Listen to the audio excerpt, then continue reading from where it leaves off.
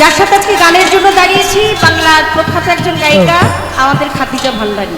আরে আমি বসে বসে শুনলাম তার বন্ধনা গানের মধ্যে তিনি আমার মজিদ বাবার সন্তান।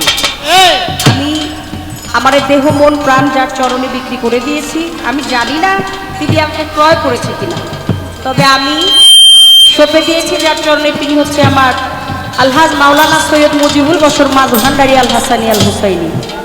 আমার দয়াল, আমার দয়ালেরই সন্তান উনি। এখানে তো আমি অর্ধেক খুন এমনি হয়ে গেছি,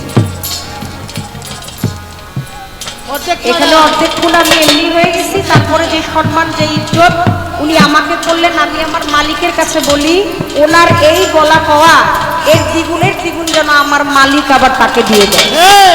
এমনি তো তার অনেক আছে, অভাব নেই। আপনারা জানেন তার শ্রুতি মধুর বাণী আওয়াজ আপনাদের কর্ণপুরে আপনাদের হৃদয় স্থান পেয়ে গেছে। তারপরে আমি জানি আমার দোয়া আমার আল্লাহর দরবারে কবুল হবে না, কিন্তু তারপরেও ইচ্ছা নিয়ে আমার দোয়াটুকু আমি করে যেতে পারি। এটা কবুল করার মালিক হচ্ছে সে। আমি আমার ভান্ডারির কাছে বলি তুমি আমার খাদিজা ভান্ডারী রে, আমার ভান্ডারী জানে মালে দইটা রাখো। যাচ্ছেন অনেক বছর আগে দেখা হয়েছিল, তখন হয়তো বা আমাকে চিনতো না, আমিও তাকে চিনতাম না। এই মহুরাজার দরবারে দেখেছিলাম, যিনি আমার বাবলি আম্মাজানের বাবা বাবুল সরকার এখানে উপস্থিত, ওনার প্রতি সালাম রাখছি। আসলে ভাগ্যের লেখা কেউ মুছতে পারে না, কখন কার ভাগ্যে ভাগ্যের ফেরে হোক আর ভালো কিছু হোক, কখন যে কে কার পাশে দাঁড়ায় বলা যায় না। কারণ আমি যার পাশে আজকে দাঁড়িয়েছি তার পাশে দাঁড়ানোর মতো কোনো যোগ্যতা আমার নেই।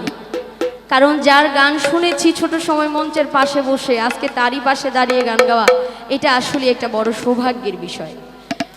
এখন জানি না মালিকের এই দয়া, হয়তো বা আপনাদের দোয়া না থাকলে এই জায়গায় দাঁড়ানোর কোনো যোগ্যতা আমার ছিল না, এখনো নাই, ভবিষ্যতে হবে কিনা এই সাহস করি না।